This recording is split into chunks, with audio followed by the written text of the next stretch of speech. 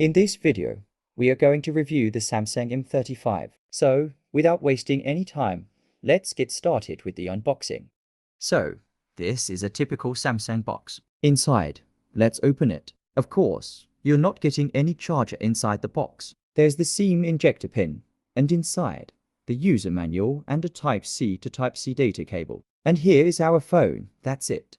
This is midnight blue color. It comes in matte finish, so you are not getting any fingerprints. There is also a straight line pattern in the back and the same Samsung typical camera design. The frame and back both are made from plastic, and the weight of the phone is 222 grams, because it has a 6000 mAh battery inside.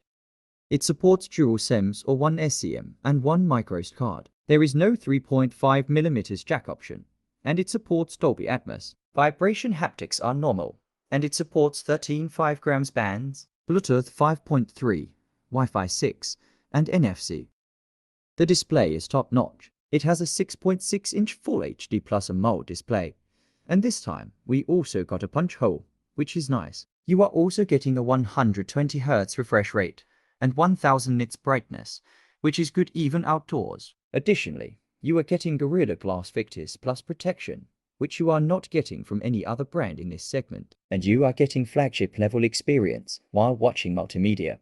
For performance, it has the Exynos 1380 processor, which is based on 5nm technology. It has Mali G68 graphics with LPDDR4x RAM and UFS 2.2 storage. It also features vapor chamber cooling, which is pretty awesome. Antutu scores are around 600,000, and it has good Geekbench scores. There is almost no throttling in heating tests, and the phone is also good to use. There is no lag. It's smooth in day-to-day usage. On PUBG, it supports smooth and extreme graphics, and the gaming experience is super smooth with no lag. Additionally, you are not getting any heating problems.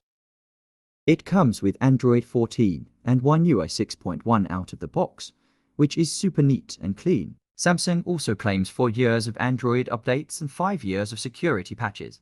On the camera side, it has a 50-megapixel primary lens with OIS, an 8-megapixel ultra-wide lens, a 5-megapixel macro lens, and a 13-megapixel selfie camera, but with Samsung's processing and optimization. The photos that come out are really good.